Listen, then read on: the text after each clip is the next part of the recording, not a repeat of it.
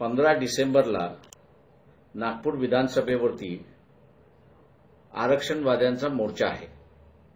या आरक्षणाच्या मोर्चामध्ये जे आरक्षणाचे उपभोक्ते आहेत तेही सहभागी होणार आहेत आणि आरक्षण राहिलं पाहिजे, आरक्षण दिल्या गेलं पाहिजे अशा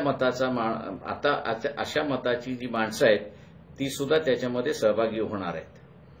हा मोर्चा काढण्याच्या पाठीमागचा उद्देश मध्यंतरी आरएसएसनी भूमिका घेतली आणि ती आरक्षणाच्या विरोधी होती।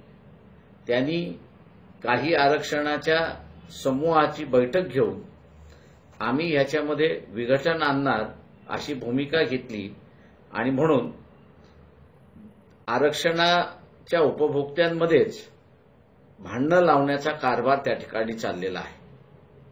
आमच्यात भांडणं नाहीत, आमच्यात मतभेद नाहीत।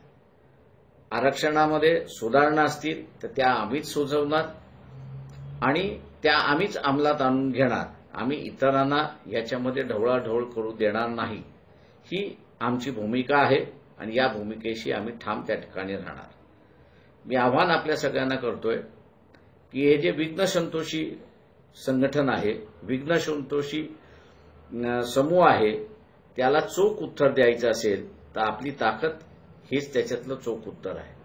आणि म्हणून आरक्षणाचा उपभोग घेणारा आणि त्याच्याचबरोबर आरक्षणाच्या फायद्यातून ज्यांचा असणारा आर्थिक परिस्थिती बदललेली आहे अशा सर्वांना मी असणारा आवाहन करतोय की त्यांनी या मोर्चामध्ये प्रचंड संख्येने सहभागी व्हावा।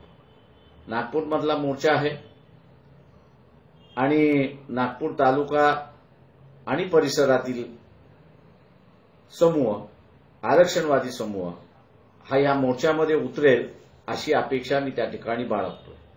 त्याच्याचबरोबर नागपूर जिल्ह्याला लागून असणारा भंडारा आहे, गोंदिया आहे, चंद्रपूर आहे, गडचिरोली आहे, वर्धा आहे, अमरावती आहे, हे मोठ्या प्रमाणात या मोर्चामध्ये सहभागी होतील।